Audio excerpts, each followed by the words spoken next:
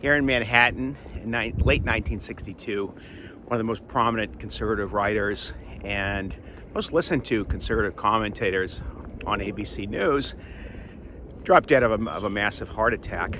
And a few days later at the Central Synagogue, I think on Lexington and 55th, they had a funeral in which Douglas MacArthur showed up, J. Edgar Hoover, the Attorney General Bobby Kennedy, Mayor Wagner, Barry Goldwater.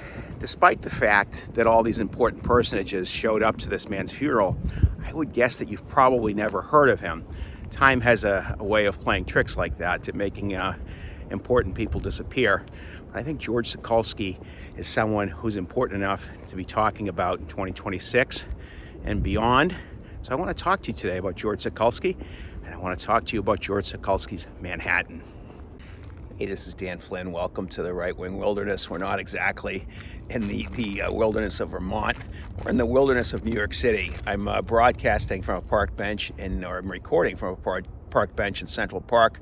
There's some wild people about. There's some wild animals over by the Central Park Zoo. There's quite a few wild animals. I wanted to talk today about George Sokolsky because I wrote about him recently for National Review Online. I think he's a profoundly interesting figure, and yet when you hear people talk about him today at all, they talk about him as the guy who introduced Roy Cohn to Joe McCarthy. And of course, Cohn later dedicated his biography of Joe McCarthy to George Sokolsky. Sokolsky was a lot more dynamic than that, and you find this out if you read my article in National Review. You find that out pretty quickly. 1918, 1917, Sokolsky left the United States, left Columbia University. He went to Russia. He was excited about the Russian Revolution, and he was quite disappointed by the fact that the communists overthrew the people who overthrew the czars. I mean, that's one of the sort of Mandela effects of history, is that people think, oh, the communists overthrew the czars. They didn't. They overthrew the people who overthrew the czars. And that shook George Sokolsky to his core. He was thrown out of Russia. He was deported. And with an assist from Leon Trotsky, he went to China, where he spent over a decade. And he thought China was one of the more exciting places, exciting things going on in the world today, because they were a country that was going from poverty to sort of a middle class situation. In China, he forged a friendship with a guy named Hu Shi. And I had no idea who Hu Shi was when I stumbled upon his letters to Sokolsky at the Hoover Institution. And when I looked him up on Wikipedia, I discovered that he was the U.S. ambassador. He's the Chinese ambassador to the United States. He was the president of Peking University. He was an enormously important philosopher and thinker in China. And I could tell that just by reading this guy's letters, that he was brilliant. There's a certain point, and I emphasize this in the National Review piece, because there's a summit coming up between China and the United States, where Hu Shi says to Sokolsky, you know, you have to have a certain type of strength. I'm paraphrasing. You have to have a certain type of strength to admit you're weak. In other words, that China was in a weak position with Japan, and it could ill afford to listen to all these jingos and people beating the drums for war, because it couldn't win that war. Sokolsky came back to the United States, and his experiences in China and with the communists in China and Russia made him a fierce anti-communist, and he was quite conservative. Now, I think we're going to do a deeper dive on Sokolsky at some point in the future, but I just want to give you a little primer before I get to the main course, and just read a couple of the from the letters that I pulled from the archives at the Hoover Institution to give you a sense of who Sokolsky was. He says, during a long life, this is a letter to Alfred Friendly, a Washington Post editor. He said, during a long life, I remained a worshiping Jew, although I must say I have little sympathy for the ethnological Jews who, having deserted the folkways of their ancestry, substitute political for religious Judaism. And obviously, in the early 1960s, there was a bit of a role reversal. Most of the very kind of pro-Israel figures in the United States were liberals, and most of the people who were, if not outright hostile to Israel, a little bit suspicious, were conservatives. Now it's sort of the reverse. I think you see exceptions to this rule amongst the people that Matthew Continetti calls the very online right, people online. see a lot of anti-Semitism and nastiness. But for the most part, those roles are reversed. And yet here you have George Sokolsky, a guy whose father was a rabbi, whose grandfather was a rabbi, and a blind Talmudic scholar, here saying, listen, I'm a religious Jew. I'm not a Jew that's, an ethnological Jew. And he says elsewhere, he tries to be a faithful Jew, but he sometimes doesn't go to synagogue and that sort of thing. To John T. Flynn, who was one of these conservatives before the conservative movement, he writes, and this is in 1944, he said, in the first place, as a Jew, I do not regard myself as a member of a minority or as a member of a majority. I happen to be an American, a Jew, a Republican, a Kiwanis, a resident of New York City, and of Sandusfield, Massachusetts. None of this involves me being either part of a majority or a minority. It only makes me an American citizen of varied interests, even as you are an American citizen of varied interests. I thought that was a pretty cool thing to say.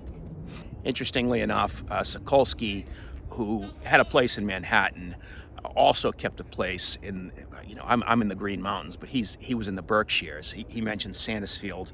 I think at a certain point he moves. I don't know if he moves to Lee or some other place, but he's basically out in the sticks in Massachusetts. Not that there's a lot of sticks in Massachusetts, but where he is, it was a sparsely populated place. He liked to get out of the city, and he was someone who left the city for 13 years of his life. Like I said, he went to the Soviet Union. He was caught up in the sort of the revolutionary fervor that was overthrowing the czars, and he was outraged that these opportunistic communists came in and overthrew the people who overthrew the czars, and he pointed that out a lot. Anyhow, I tease the idea of George Sokolsky's New York, and what I mean by that. Years ago, I worked as sort of a default fill-in talk radio, and there was a news guy there, a very friendly guy, and I saw that he lost over 100 pounds. I would come in during the holidays, and I'd work a whole lot, and then when there were no holidays, there were months when I wasn't in the station. And so when I came in after months away, I saw that he had lost all this weight, and I said, you lost so much weight, what happened? And he mentioned that he had been sort of doing this gradually over the course of many months, but to my eyes, it just happened all of a sudden because I hadn't seen him for 2 months. That sometimes happens in places when you go away from home and you come back and it's changed. You feel like this is no longer my city. My city is gone. And George Sokolsky felt that about New York City. Let me read you what he said. He said, after 13 years of absence, I am indeed a stranger in a strange land. This is in the early 1930s. The New York he knew was in the 19-teens. The New York City of my childhood and youth are gone, driven away by motor cars, subways, bridges, and the eternal movement of men and things in the city. There are no longer any noisy slums, for all the city has become noisy, a fearful din playing on one's ears constantly. I used to complain in China of the sing-song girl or the fearful noise of the Chinese flute as played by a neighboring tinker. But how melodious and harmonious were they compared to the tone of the motor car civilization which you glorify. He's writing his friend who's she at this point. Even in the worst slums where I lived as a boy, the noise was a human, a father on the third floor upbraiding his son who was turning gangster under his very eyes. The conversation across the courtyard of heavy-breasted dowagers who were describing the news of our village, for every tenement was a village, the happy laughter of undernourished children as they played on the streets and the roofs and the tenement stairs. All of that is gone. Even as I write to you, nothing is to be heard but the rat-tat-tat-tat-tat of steam-driven hammers pounding on the steel, the heavy outpouring of vapor through the steam pipes, the roar of motor cars, motor lorries, elevated railways, klaxons. God who, if only I could sit on the wing-on building in Nanking Road and enjoy the peace of China's noisiest spot.